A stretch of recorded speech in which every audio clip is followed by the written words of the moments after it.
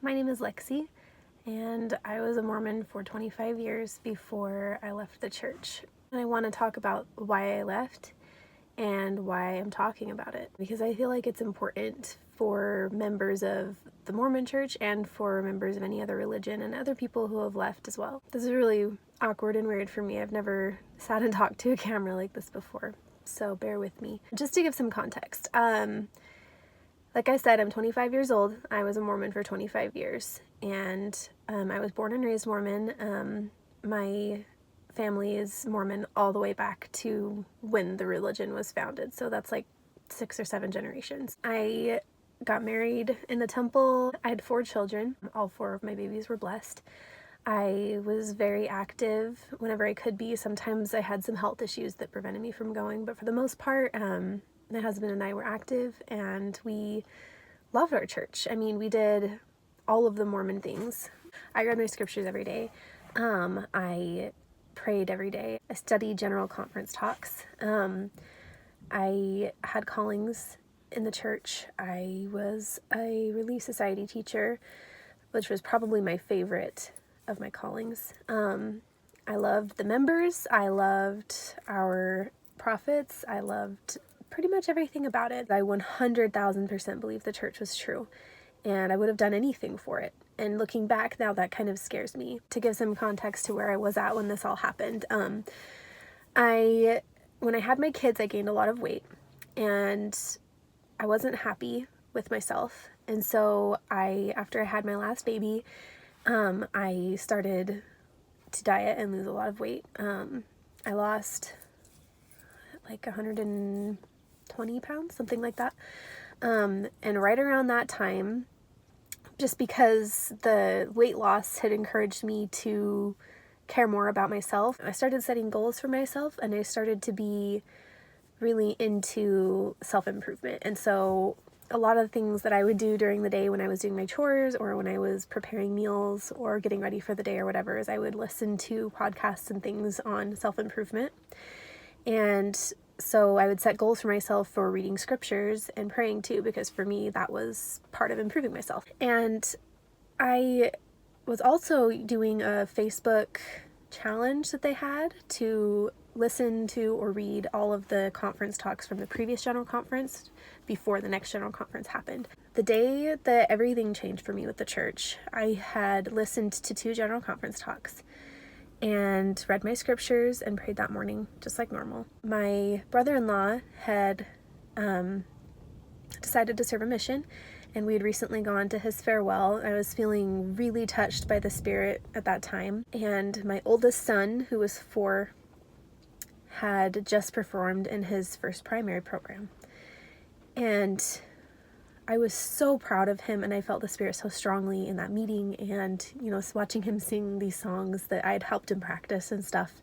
It was just super special. I also had a family member who was struggling, and I didn't know, exactly the details of all of that, but I knew that they had been struggling with some church things, and so I wanted to help.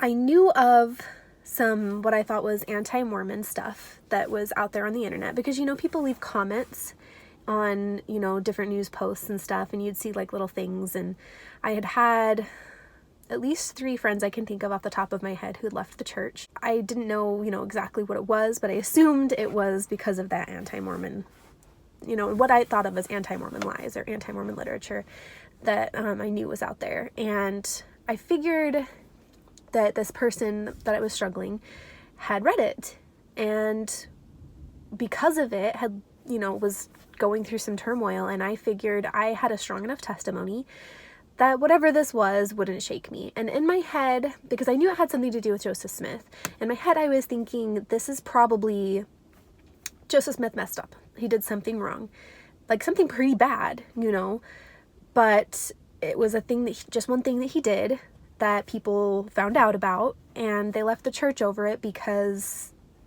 maybe they were looking for a reason to leave, or they didn't truly have the spirit, the testimony that I had, or the spirit that I had. And I thought, if I read it, I'm strong enough that it will not change the way I believe, the things I believe, and I can help them, with my testimony. So I went to a friend who I knew had left the church and had openly spoken about it on social media, and I looked for the link that she had referenced, and it took me to the CES letter. If you've read the CES letter, you know what it contains, and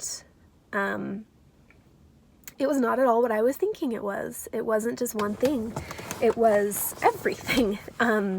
It was everything that I had ever thought or known about the church my whole life was not true. People will talk about, the church does good things. It's like, yeah, sure, it does. And there's some good things in the Book of Mormon, and there's some good everywhere. A lot of the people are great.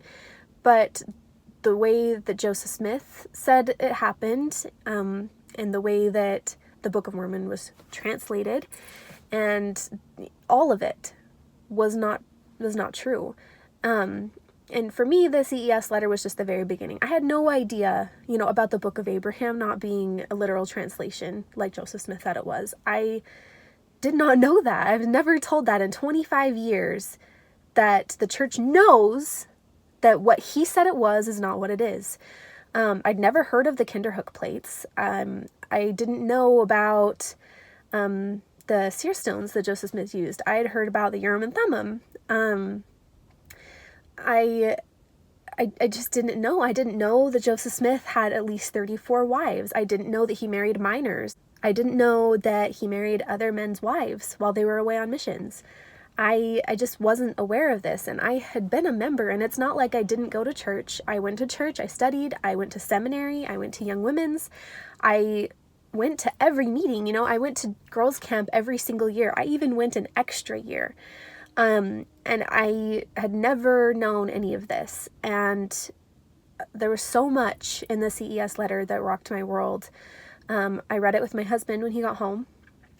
He was thinking that he could explain a lot of it away and realized he couldn't, because it was things that we didn't know about and that were shocking to learn. The CES letter ended up being just the beginning. After I read it, I wanted to know more, because I had given so much of my life to this organization, and so much, my ancestors so far back had given everything. They had sacrificed all they had to be members, and I didn't think I could just discount that.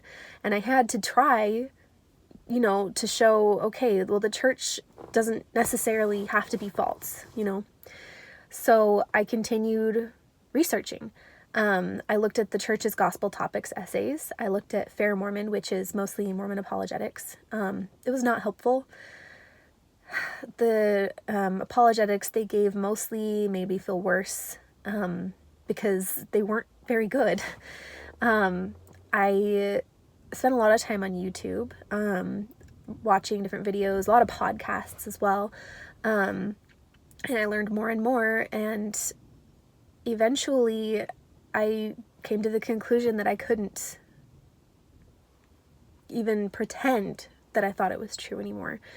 And at that point, I stopped going to church. I stopped paying my tithing. First I gathered up all of my Mormon things, my garments, my Book of Mormon, my temple clothes, all of those things, and I put them in a box in the garage because I didn't want to look at them, because I felt horrible about it. I felt betrayed because the church was not what it had said it was. There was a lot that didn't make sense. There was a lot of lies. There was a lot of cover-ups. There was a lot of things that happened that just were never talked about because it's not positive, and the church doesn't want you to see the things about it that are not positive, like the racism of Brigham Young, or the 14-year-old wife of Joseph Smith, or just all of those embarrassing things that the church has gone through over the years. And this was really, really hard.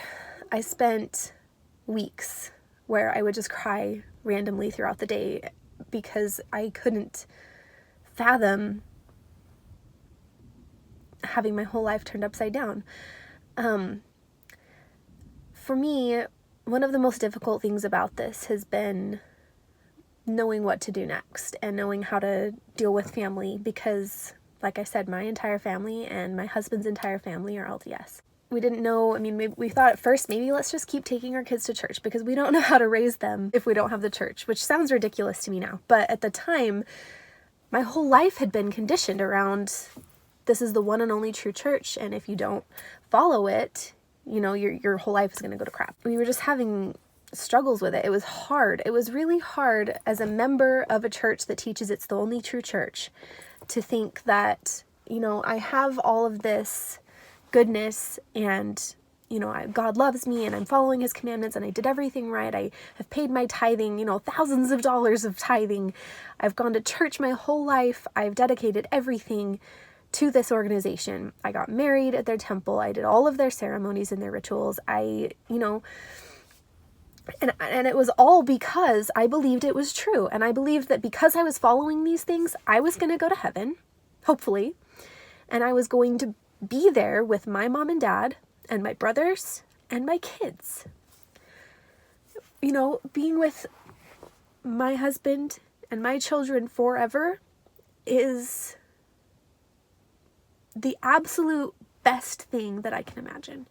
If I wanted anything in the world, it would be to live with them forever in peace and happiness in heaven. And when I left the church, realizing that all of it was something Joseph Smith had created and that the church had perpetuated, and it wasn't the reality, this, you know, celestial kingdom thing wasn't real, was devastating. That was what I based my entire life off of.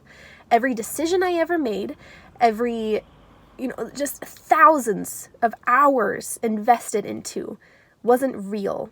My whole family, generations back, had done the same thing for something that was not real.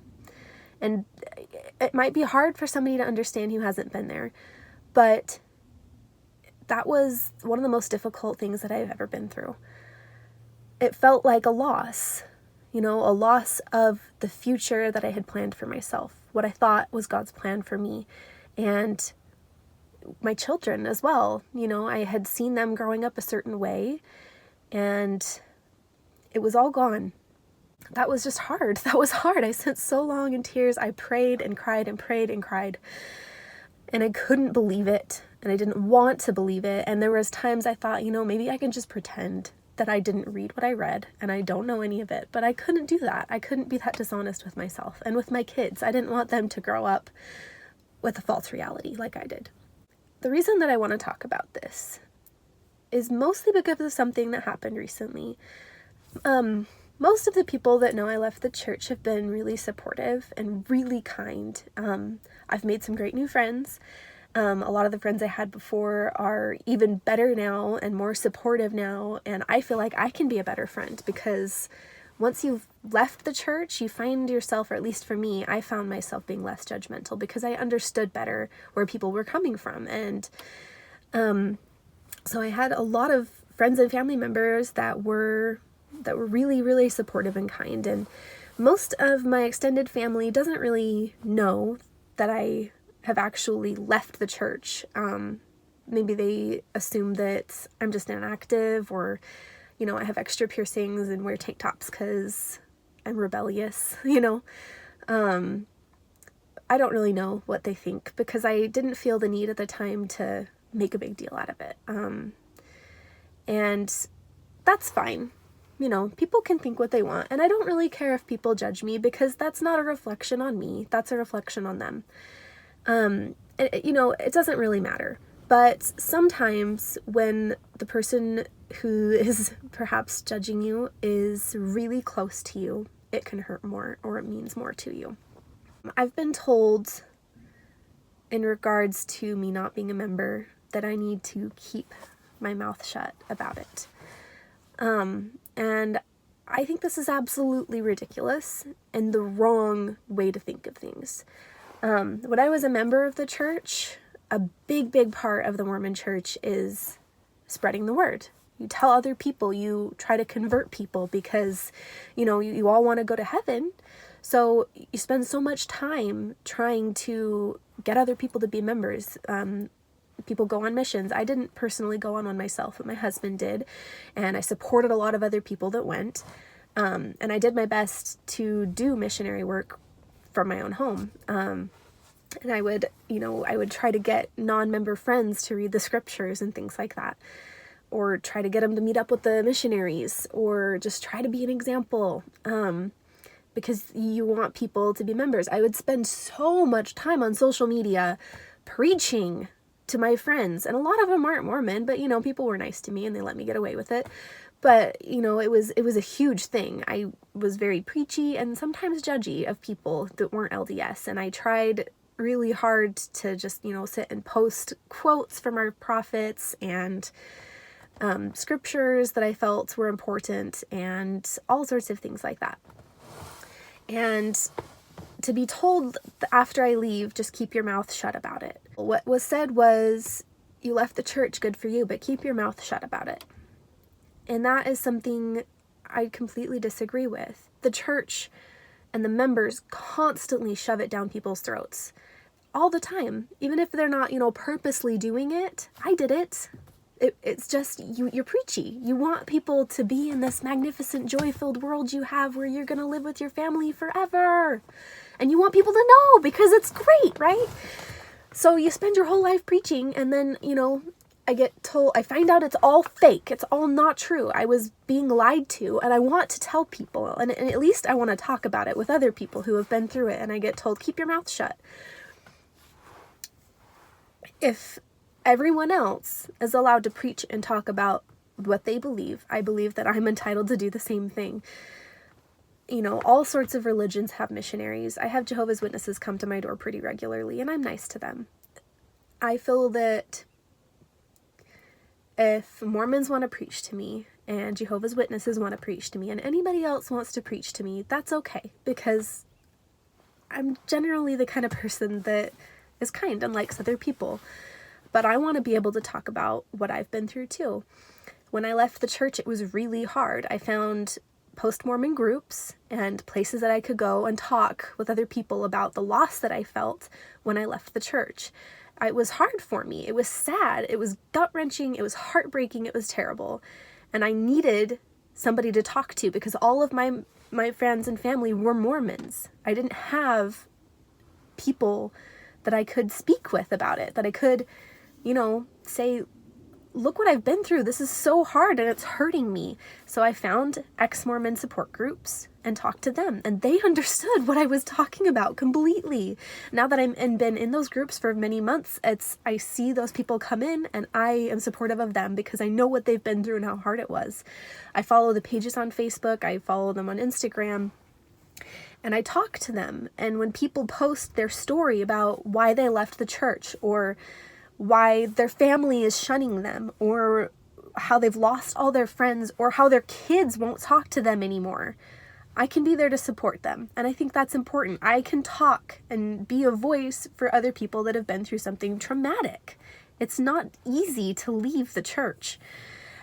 But now on the other side, I'm happy. It was hard at first, and sometimes it still is, especially with your family. But I've got everything I could ever ask for still. I've got my kids, and I've got my husband, and I've got a nice home to live in, and I'm really happy with my life. There's always things that I want, but the things that I need and the things that really truly bring me joy, I have. And the church doesn't have to be a part of that. There's a lot of good things that come when you leave the church, and it doesn't seem like that at first, but once you've been gone a while, you can look back and say, wow, look at all of these benefits that come from not having to be a part of that religion anymore. I think the most important thing that I want people to take away from this is that it's okay to talk about it. It's kind of a stigma, and part of the reason is because you don't want to hurt people's feelings. You don't want to go up to a Mormon and say, oh, I was a Mormon, and that whole thing is a cult, and it's fake, and it's lies, and you're wrong.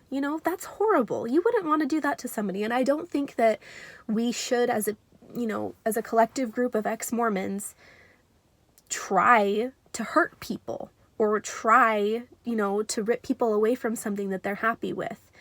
But at the same time, I was happy as a Mormon, but now I look back on it, I am so glad that I looked into it more, found out the truth, and left. And I wish somebody had told me sooner, but at the same time, it is very personal, and I'm not going to go up to people and try to convince them of what I believe. I'm not going to go say, look, you have to read the CES letter. Do I want them to? Yes. If they ask me questions, I will answer them honestly.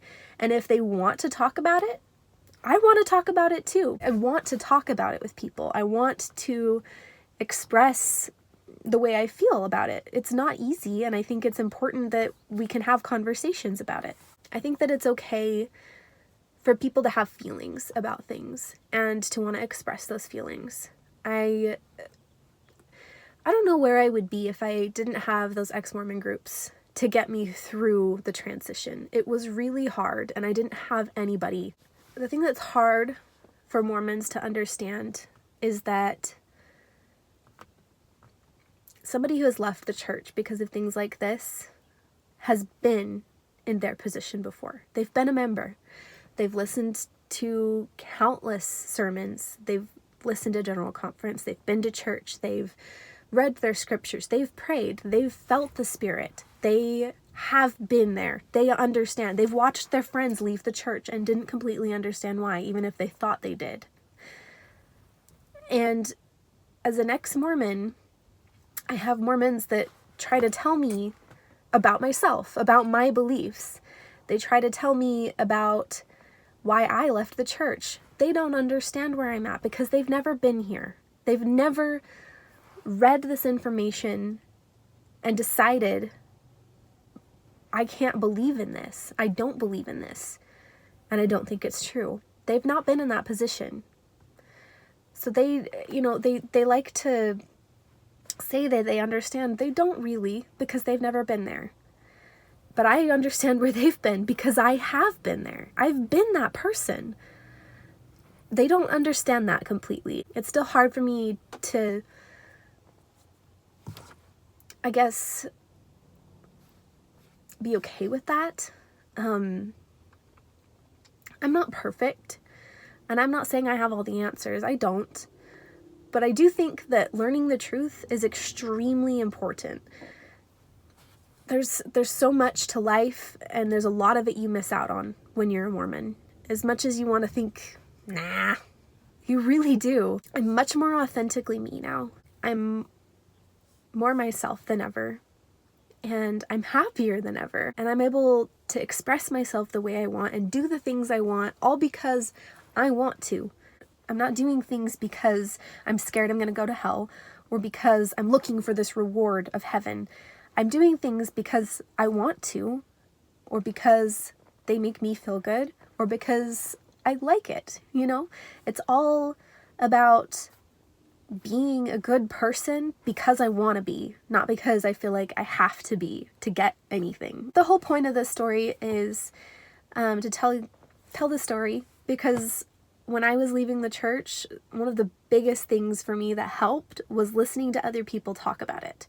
So I hope that this can help somebody else out there that's going through the same thing.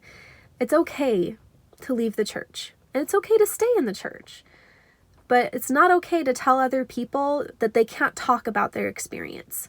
It's okay for me to talk about leaving the church. The church wasn't just a part of my life. It was my entire life. It was my entire before life, and it was my entire afterlife. And it is okay to talk about that. That's basically all I wanted to talk about.